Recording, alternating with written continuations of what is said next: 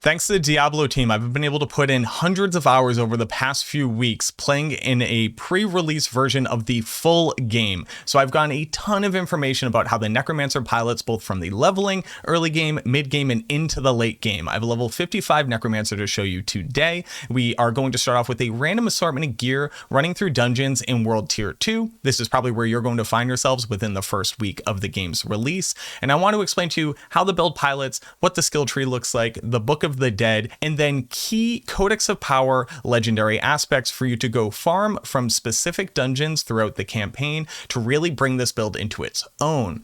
After that, I'm going to toss on all the gear that I'm currently using, walk into Nightmare Tier 3 and run a Nightmare dungeon for you so you can see the difference in gameplay with all the aspects at your beck and call. I'll have timestamps down to everything below in case you want to skip to specific parts, but I really hope that this type of video that I'm going to make for the rest of the builds as well goes a long way to highlight what the build actually looks like without a ton of ridiculously powerful gear, so you can actually know what you're getting into when you start off playing this when the game launches. And then after that, I hope to guide you a little bit in what you should be looking for specific gear, specific aspects, and how to really get the most out of the build once you have a good amount of items to be able to rely on. So without further ado, let's get into it.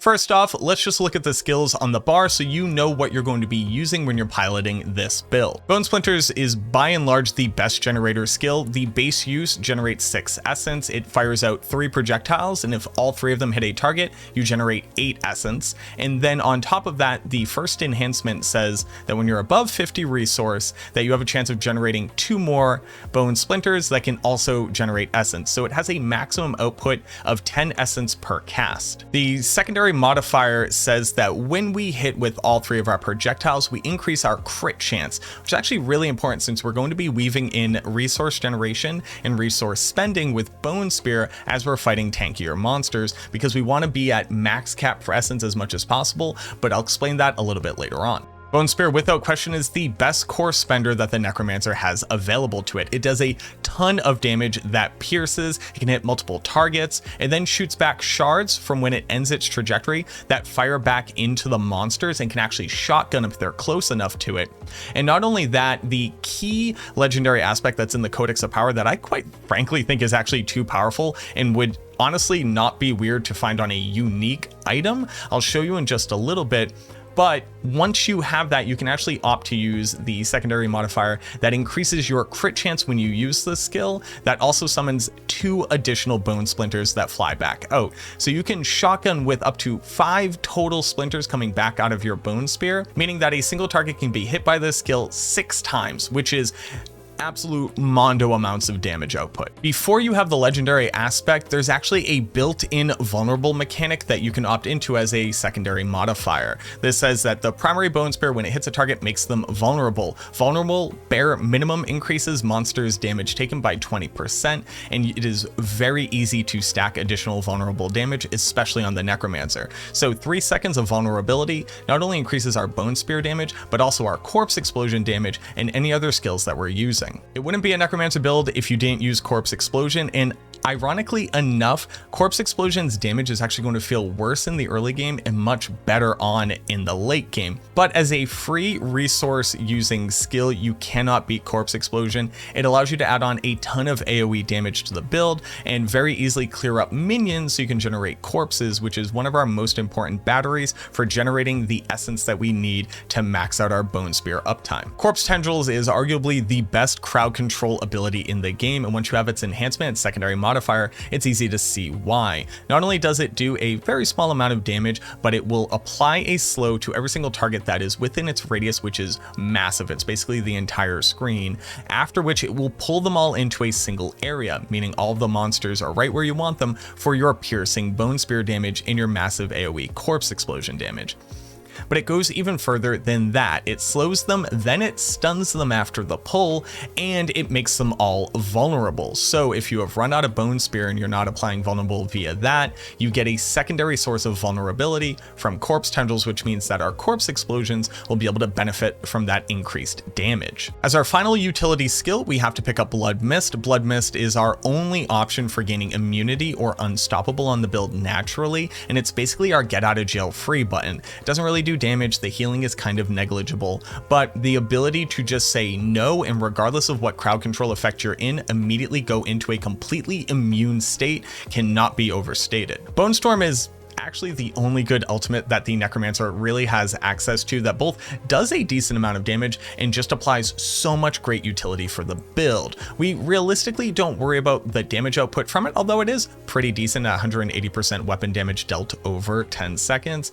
The big benefits here is that it gains us 15% damage reduction while it's up, as well as 20% critical strike chance. And the Bone Necromancer, whichever version you run, absolutely loves critical strike chance since it has so much base damage and so many multipliers. But not only that, gaining that critical strike chance also means that our corpse explosion has an increased chance to critically strike as well per explosion, which is a great way of adding up its damage when we're not really prioritizing it in the rest of our gear or skills. For the skill tree, I'm going to be referencing the build that we have on maxroll.gg, so I'll have the link to that down below. You can check that out, but I also just wanted to go over it quickly for people who wanted to just see it right now and then move on with their day. This assumes that you have 57 skill points. The leveling guide that I'll have referenced down below goes step by step by step, and if people really want it, I can do a follow-up video where I actually build out the tree per level so that you can see it. We're going to be picking up Bone Splinters. You don't need to worry about putting any additional points into this since we're only using it for its generation. We also have the enhancement, which is required, but that helps us to generate more essence. And then the Acolyte's Bone Splinters, which is giving us that free crit chance after we hit with all 3 of the Bone Splinters, which we should be doing all of the time, so that our Bone Spears have that much more opportunity to be able to crit and do a ton of additional damage. 5 skill points into Bone Spears and auto include the enhancement, and then I'm personally using Paranormal Bone Spear for the additional crit chance and additional projectiles, but that's only because I have the aspect that I'll show you. If you don't have the aspect, you very easily just use Supernatural, which just gets you free vulnerable on the target that you first hit. We are going with 3 points into Unliving Energy for the maximum essence, and then 3 points into Imperfectly Balanced, so that Bone Spear costs more but also deals more damage. Then we also pick up 3 points into Hewed Flesh. Being able to generate a ton of corpses off of Lucky Hit means that we have a near permanent mana battery at our beck and call that also does a ton of AoE damage, and then this also is one of our few ways of stacking on survivability through Fortify later on in the skill tree. 1 point into Blood Mist as its pure utility,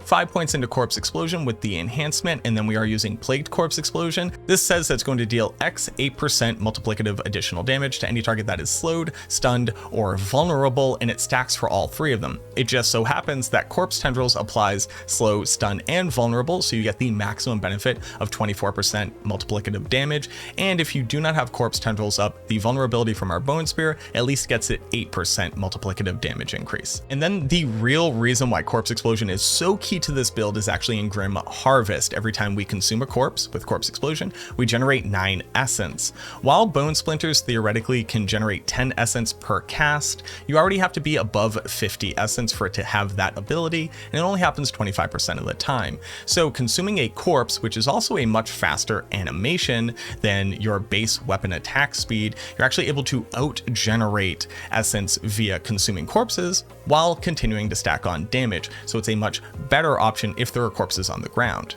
And then because we're consuming corpses, we also have the 9% multiplicative damage increase from consuming a corpse, which will increase any damage we do, including our Bone Spear. The 2 dump points that I have at the end of the build, I'm currently putting into Death's Reach. Since so much of our damage hits a massive AoE and can hit the edge of the screen, it's good to have this damage increase. These 2 points have a bit of wiggle room, and I'll go over some of the other places that you can put them if you so choose. Corpse Tendrils, the auto include skill on every Necro build, 1 point here because we only care about the utility durability of it, the enhancement, and then the vulnerability modifier to cap it all off. We also have 2 points in necrotic carapace. This is really important because it says whenever we form a corpse from using our skills, we are going to fortify for our base life. Fortification means that once your fortify is above your current life total, you just receive reduced damage, and there are also additional stats in the game which will either increase your damage while you're fortified or decrease the damage that you take while fortified. So this is one of our few opportunities to be able to generate that, and since it's part of our normal damage rotation and mana battery, it's definitely an auto include from my perspective for just about every necromancer build. The bone passives are where we really start to see the overall power that is available to us from using something like Bone Spear. 3 points in Disloration says if you just have 100 resource when you first cast Bone Spear, you have additional 15% chance to crit. This continues to scale with maximum essence from gear, stats, and sacrifices. But it also means that as you continue to cast Bone Spear, the benefit of how much crit chance you have goes down more and more. So this is why you're actually going to be rotating in uses of Corpse Explosion in Bone Splinters, even though you're going to be at good amounts of general essence, when you really need to consider the min-maxing potential of always having as much essence as possible. The other side of that though is that there are going to be places where the monster is just about close to dead, so fully emptying the tank will get you a better efficiency than trying to min-max in this way, and it's just something that you'll kind of pick up on as you play the game and you learn, oh, this type of monster or this type of dungeon typically requires this many casts of Bone Spear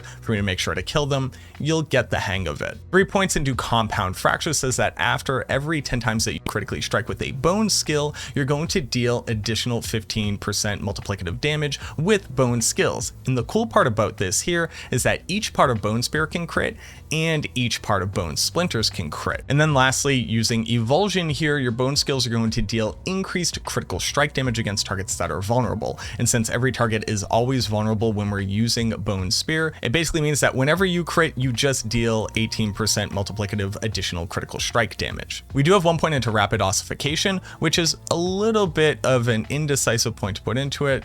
It gives us the opportunity to be able to actually reduce the cooldown on Bone Storm, since Bone Storm counts as a bone skill, and that 60-second cooldown can be kind of rough. We're also spending a ton of essence with our Bone Spear a lot of the time, so it generally cuts down the wait time between uses on Bone Storm to about half or 30 seconds. You could put more points into this to have a greater uptime, but you lose out on some survivability in damage. So again, this is kind of a personal choice option here, but bare minimum 1 point I think is absolutely worth it. Bone Storm, fantastic skill. We've already kind of touched on it, but again, damage reduction as well as critical strike chance whenever it's up. You'll see in the gameplay, I basically walk up to a boss, throw on Bone Storm, and then because of an additional aspect that I have that says generate barrier whenever Bone Storm hits a target, I basically don't have to move at all, and I can just spend my entire time dumping my resource and spending bone spears as efficiently as possible. And then the piece de resistance of the bone skills on Necromancer and why I think they are so strong is because of this key passive. Ossified Essence says that your bone skills just deal multiplicative additional percentage damage based off of how much essence you have above 50. So if you're at 100 essence and you cast a bone spear, that bone spear just does 50% additional multiplicative damage for free.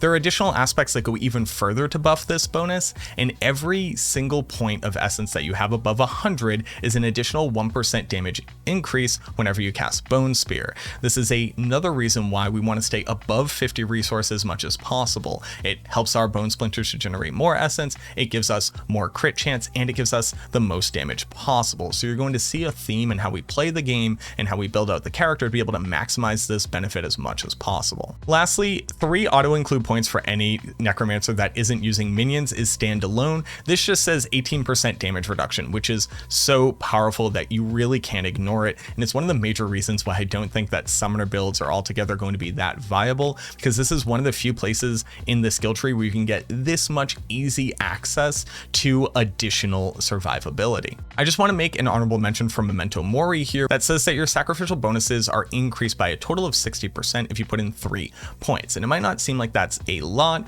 but that's bare minimum 3% additional crit damage, an additional 20% to critical strike damage, and then an additional 10% vulnerable damage. So it's definitely worth the points depending on how you're playing, but I wanted to make this build as approachable as possible for everybody walking into the game, and this is where I think is a bit of a min-max opportunity for your character, where I don't think you're going to have all the best tools available to you, especially while leveling. But I would definitely make an argument for putting points into here if you are more comfortable with the build. For the Book of the Dead, we're sacrificing everything. We're using Skirmishers, sacrifice for the critical strike chance. Cold Mages are sacrificed to increase our damage against vulnerable monsters. You could also pick out Shadow Mage sacrifice for the additional 15 essence. I don't think on early gear this is as strong, but later on it definitely can become stronger, so I might swap this out depending on the different aspects that I have. And then lastly, for the Golem, we're sacrificing Iron for that 30% additional critical strike damage. Now there's also an argument to be made for sacrificing Bone for the 10% increased attack speed, because it's a little bit understated right now, but increased attack speed is a direct multiplier for all of your damage, as opposed to situational damage like this one, which is only when you are critting. I'm near 100% chance to crit all of the time, so this is a bit more valuable for me, but especially earlier on, this version or this sacrifice might be a better opportunity for you, especially if you're using a slower weapon like a scythe. Something that I wanted to go over very quickly, and I have to admit, I do not have a Wikipedia article's worth of total stats that you can get in this game at my beck and call, but I wanted to really highlight some of the things I think are really important. This right here is a base legendary ring. This is what you would start dropping if you were level 50 in World Tier 2, and there are a bunch of different damage mods on this ring. You have damage to slowed targets, damage to crowd control targets, damage to stun targets. All of this applies if you're using something like Corpse Tendrils to apply all three of those abilities to that target. So you take all these, add them up together, and that's a pretty big total damage boost. The two-handed weapon is going to get you critical strike damage as an implicit stat, and then you can also get things like vulnerable damage here, since we know we're going to have 100% uptime for that vulnerable status effect. Damage to close enemies, damage to far enemies are both great for us, since we kind of play the middle field where we're in close and far away simultaneously. On your gloves, you can get +2 to Bone Spear as well as increased attack speed, which is huge. On your pants, you can actually gain +2 to Corpse Explosion, which is a really good way of helping to increase that damage without needing to focus it any further. And then on boots, you're able to gain additional ranks into Corpse Tendrils. And while that might not seem that important, increasing the rank of Corpse Tendrils decreases its cooldown, meaning you have more opportunity and more space to be able to use your crowd control effects as often as possible. So what you're really trying to prioritize is always using a two-handed sword, having it have the highest item power possible, and then always upgrading this at the blacksmith, even if it's a rare item, at least 2 to 3 times. You also want to be upgrading your boots, since upgrading your boots will increase the movement speed benefit that they give to you. And the Necromancer basically has no movement speed capabilities whatsoever, so this is one of the few ways that you can actually increase that run speed and get a little bit ahead. On your amulet and rings, you're really just looking for additional critical strike damage, critical strike chance, and then damage to monsters that are going to be affected by the different stats that you see, just like this legendary ring that I showed previously. Then on your helmet, chest, and pants, other than that, you're just looking for as much survivability as possible, additional base stats like dexterity and intelligence to increase your damage and your crit chance, and max health to help round it out.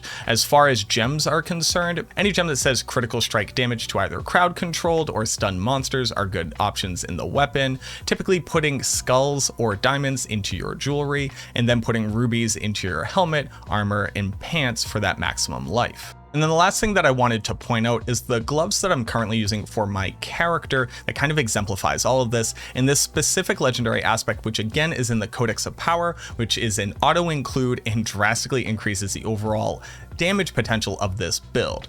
But as you can see, I have some legendary gloves here that have 2 to Bone Spear. I re-rolled them for attack speed, and they also have critical strike chance. Looking at my stats here, so I currently have 12.6 critical strike chance, and putting on these gloves bumps it up to 16.5. So that +2 critical strike chance is a flat modifier of your overall opportunity to critically strike, and it's not some type of multiplicative modifier. But the most important thing here is the imprinted legendary aspect. This says that when Bone Spear's primary attack hits an enemy, it makes them vulnerable. Now it is for a shorter amount of time than the enhancement in our skill tree, but it's the second part that is so important here, which says that bone shards from Bone Spear now deal an additional 50% multiplicative damage increase to vulnerable targets, and they pierce. Previously, when they hit a target, it just stops at that point, as well as only the first target getting hit would actually be made vulnerable.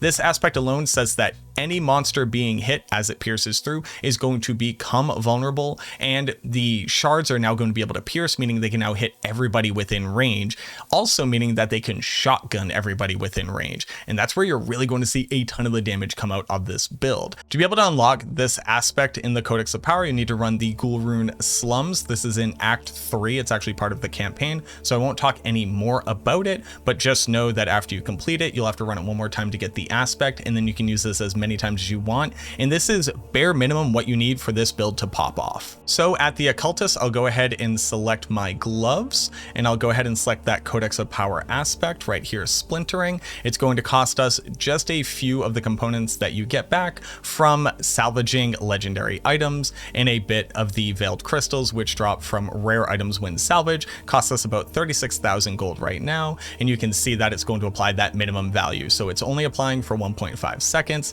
and it's only increasing the damage by 50%, but this is an easy price to pay for this build to perform at the level that it does with just this single aspect. So we're going to go ahead and run Anica's Claim on World Tier 2 with our current random yellow gear that we have in that single aspect that we just imprinted from the Codex of Power, so you can get an idea of just how well this build scales and manages its damage. So as you can see right there, you're going to be seeing a lot of vulnerable procs. That's that purple indicator on the target, and you're going to be seeing a lot of monsters dying in a few hits. Some of the advanced tech for this build is how important it is to actually situate yourself to be in the best place possible. If you'll notice, the Bone Spear is going to shatter off of any obstruction in its path and then shoot back out. They actually have a really close hitbox even when they're flying back out. So right where I'm standing right there, most monsters are still going to get shotgunned by the Bone Spear itself. So you typically want to have a monster with its back to a wall or tucked into a corner to output as much DPS as possible. And then in addition to that, you might notice that, oh, our essence is running a little bit low. Every time that we consume a corpse, you'll notice it jumps up a ton, as well as us gaining this additional damage bonus here whenever we consume a corpse. So between fights, you can use this as a mana battery as you go, as well as having an additional damage option when you walk into your next fight. So this is a massive Animus carrier. This is one of the mini bosses that you'll have to kill while you're going through Anica's Claim. And you'll see right there, we just got stunned, so we get to use our Blood Mist. We try to reposition, consume a few corpses to get back essence, and then as monsters come walking up, we can either use Bone Splinters to finish them off, or get just a little bit of additional essence, and then toss a Bone Spear into them. The other great part is that we still have Corpse Tendrils available, so as this is pulling monsters forward, we can also employ a massive amount of corpse explosions, waiting for them to be all within a single area, and then hit them with the Bone Spear following that. So right here, we have another Animus carrier. I'm going to drop on Bone Storm, which is going to give me a ton of survivability and crit chance. Have all my monsters up against the wall there, so that they're all getting shotgunned as much as possible with the Bone Spear, and you're starting to pick up on the rhythm of how we tend to play the build. So he's dead. Shadowhorn comes out, we drop up the Bone Storm here, and then you'll see me kind of swiveling in. You'll kind of see me swiveling these in here. I was dropping a few Bone Spears, then I was dropping a couple Bone Splinters, dropping a few Bone Spears, dropping a few Bone Splinters. I actually was even tripping up on my own words while it happened. I didn't even realize he died in almost 2 or 3 shots, so I didn't really need to min-max like that. Now, let me go ahead and throw on the rest of my gear so you can see just how much more smooth it is when I have more opportunities for resource generation, additional damage that's benefiting from the Corpse Tendrils, the Corpse Explosion, as well as the Bone Spear that I'm casting. The biggest pickup from our gear here for our survivability is Bone Storm damaging enemies is going to gain us barrier. This is huge. It basically means we can kind of just stand there and face tank anything that we want as long as this is running. For the chest armor, we actually just have damage reduction from distant monsters, as well as bone skill damage. I haven't put a legendary aspect on this and I haven't upgraded it yet. For the pants, which you already saw before, are mostly just important since they have the 2 ranks to corpse explosion on them. And then also if I'm ever injured, whenever I use a potion, it gains me additional movement speed because the Necromancer is so starved from movement speed increases. For the boots, they say evade is going to grant us additional movement speed on use, and they also had high movement speed, so I upgraded them. The big thing that you would actually want to put on here, which I can show you, is another Codex of Power that says that whenever you critically strike a monster, you actually gain movement speed for a second, and it stacks up to 6 times. And since the Bone Spear can crit multiple times, Bone Splinters can crit multiple times, Bone Storm can crit multiple times, you basically have a continuous increase of movement speed, which is a lot better than this option right here, which helps to increase your movement speed after you use Blood Mist, since that actually makes you unstoppable. For our amulet, we have +1 to corpse skills, which increases corpse explosions damage and decreases corpse tendrils cooldown. It also says +2 to death's reach, which is increased damage to distant enemies. We also have damage reduction from close enemies, which is good for our survivability, but the aspect here is what's so important. This is Grasping Veins. It's another Codex of Power ability, which says that not only do you gain critical strike chance when you use corpse tendrils, but you also deal additional critical strike damage against anybody who's been affected by corpse tendrils. So this is a huge overall buff to our damage output, and is why corpse tendrils is not only just such a great crowd control option, but a huge multiplier for our overall damage output. For our first ring, we have damage to slowed, damage to injured, and damage to distant enemies. And then in addition to that, a lucky hit chance that says up to 10% of the time we're going to gain a huge amount of flat essence whenever we hit a vulnerable enemy with a bone skill. This is really important when Bone Storm hits enemies so often all around us. Bone Spear can hit multiple times and can proc lucky hit multiple times, as well as Bone Splinters. So you'll see quite often while I'm generating resource back, all of a sudden I will cap out, and then that saves me 2 or 3 additional casts of either Corpse Explosion or Splinters before I get back into the role of using Bone Spear. And then for my last ring, damage to stunned enemies, damage to distant enemies, as well as critical strike damage. And then on top of that, consuming a corpse is going to increase my core skill damage. And then our weapon upgrade, oddly enough, this sword has really bad stats for our build. It is a two-handed sword, it has decent damage, it has a really high item power, it has damage to stunned enemies, which is about half of the time, 35% critical strike damage, and then 53 to all stats, which is gaining us additional damage reduction, additional skill damage, additional resource generation and healing, and then crit chance and dodge chance.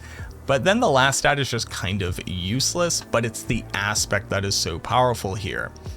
This now says whenever we have the Ossified Essence key passive up, not only are we dealing additional damage based off of how much resource we have, but we're also dealing additional critical strike damage based off of it. So we're basically double dipping on our key passive for overall damage output.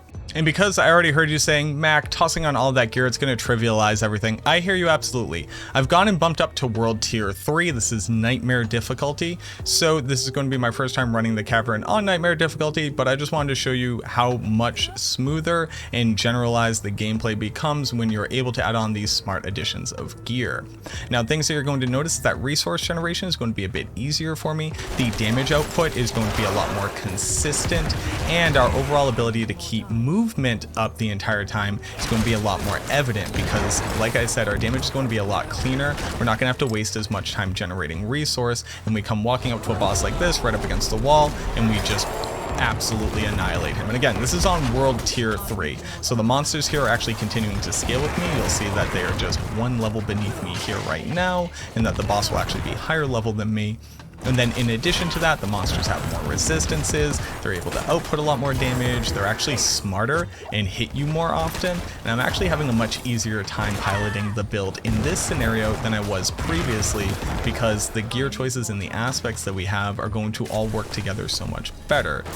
It's kind of boring waiting. Alright. So here's the boss. He walks up to us, we cast Bone... Hey, I'm sorry. I wanted to say a lot more during that fight. Again, World Tier 3, final boss of Anica's Claim there. We just turned on Bone Storm, and before I could finish presenting the information I wanted to, I think we 2 or 3 shot him. So that's the idea. That's how much stronger the build can become with good aspects on it. And then lastly, I just wanted to touch on the Paragon Board because I know a lot of people are going to be wondering how to build this out as early as possible. And it depends a little bit on what glyphs you have. I have a great tool. I'll also link that down below that shows you all of your glyph socket eligibility and efficiency pathing per class. So if you're wondering like, hey, can I get enough dexterity in the first board to be able to use this glyph? You'll know the answer just by taking a quick look at the table. So again, that'll be shared down below. I know Raxantrax has been sharing that with his community. Just shout out to everybody who's been checking it out. I hope that's been helpful for you. But let's go ahead and look at the Paragon board for what I'm currently building out this early at level 56. So I've actually just gotten enough points to be able to build out to our next board. So I'll also show you the next board.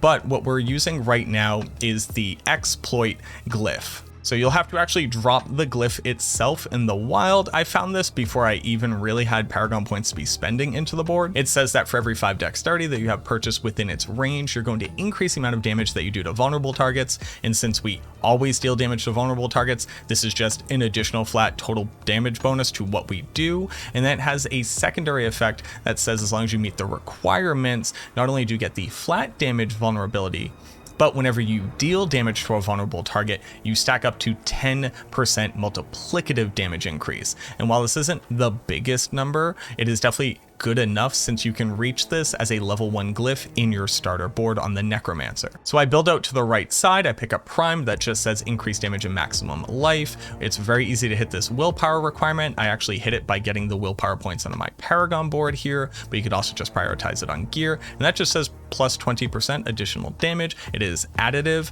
and then also maximum life, which is good. I also pick up the additional damage nodes around it, and I didn't prioritize the second maximum life because I don't think you need it at this point. Building up to the glyph, we do need to be able to pick up enough dexterity and range. So that's why you see me build out to the right side, even though I'm not going to continue there, be able to pick up this single 7 dexterity node here, which just this node alone is a 4.2% additive vulnerable damage to targets, so it's that powerful. And then needing to pick up additional dex within range, we build out down to here. Now I build up towards the left for knowledge, an additional damage increase as well as intelligence. I don't think that the willpower nodes are really important or it's worth to build out to here because I want to get to my next board as soon as possible. There are a couple options. One seems very obvious, but I do want to point out another one since I do think it's actually like the strongest Necromancer board. Let's go ahead and look at the boards that we have, and we will go over to Bone Graft. Bone Graft has a legendary node that says hitting enemies with bone skills increases your damage and your maximum essence. Increasing your maximum essence indirectly increases all of your damage and crit damage as well with your aspects and the key passive. So this basically just says a ton of additional multiplicative damage. And then all of the nodes say additional crit chance, additional crit damage, and additional straight bone damage for bone skills. So there's a ton of great options here. And if I were to just look at the board very quickly and preview it, I would go ahead and rotate this. While I would typically want to build out to as many glyph sockets as possible, in the early game, your legendary nodes and your rare nodes are going to outscale your glyph sockets until you have really strong ones and enough points to be able to build out to them. So to start off, I would say orienting the board like this, so it's very easy to build out to the maximum essence with essence on kill, the additional critical strike chance with bone, and then the legendary node itself. After that, you can prioritize going up to the crit damage and bone skill damage node here. And if you were really wily, you could build all the way out to the glyph socket, since you do have additional bone skill damage over here, which would be good to pick up along with additional dex for crit chance. The other board that I wanted to highlight very quickly is actually Flesh Eater. Flesh Eater has a legendary node that says that consuming 5 corpses grants 40% multiplicative damage for 6 seconds. We're using Corpse Explosion as a mana battery, so this is an easy include here. It also has stat nodes for increase to critical strike damage, damage to elites, damage to injured enemies to help close out fights more quickly when you're kind of getting bored or tired of your managing resource generation, as well as attack speed, which is actually very difficult to find in a lot of the different boards. But there you have it, a rather intense and in-depth total beginner package review for the Bone Spear Necromancer. Again, what I think is the most powerful Necromancer build bar none, and in the end game, probably the second most powerful Necromancer build. So you can start off level 1 as this thing, bring it all the way up to level 100, and you're never going to feel like you're missing out or going too slow in comparison to the other builds or the meta, because this thing absolutely stomps. You saw it here first, both in World Tier 2 when I'm only level 55, and then here level 56, World Tier 3, walked up, 2-shot the boss. You really can't ask for more out of a Necromancer build than what this thing can deliver. Again, all the timestamps were down below in case you somehow missed that. If you watched all the way through to this point, thank you so much. I hope that you're enjoying the slew of Diablo 4 content that we're putting out. I'm working a ton on the Maxroll site as well to be able to bring you the best guides possible. So I hope that you enjoyed that. I hope that you enjoyed this video. Please consider subscribing, commenting down below what you think. I'd love to hear from you. We're all kind of theory crafting at this point, so if you'd also like come and hang out in the Discord channel, where I hope to assemble the nerdiest of nerds to be able to be making the most powerful builds possible so that everybody can just be stomping through the end game and having the most fun that they possibly can. Again, thank you so much. I hope that you enjoyed the video, and I look forward to seeing you in the next one.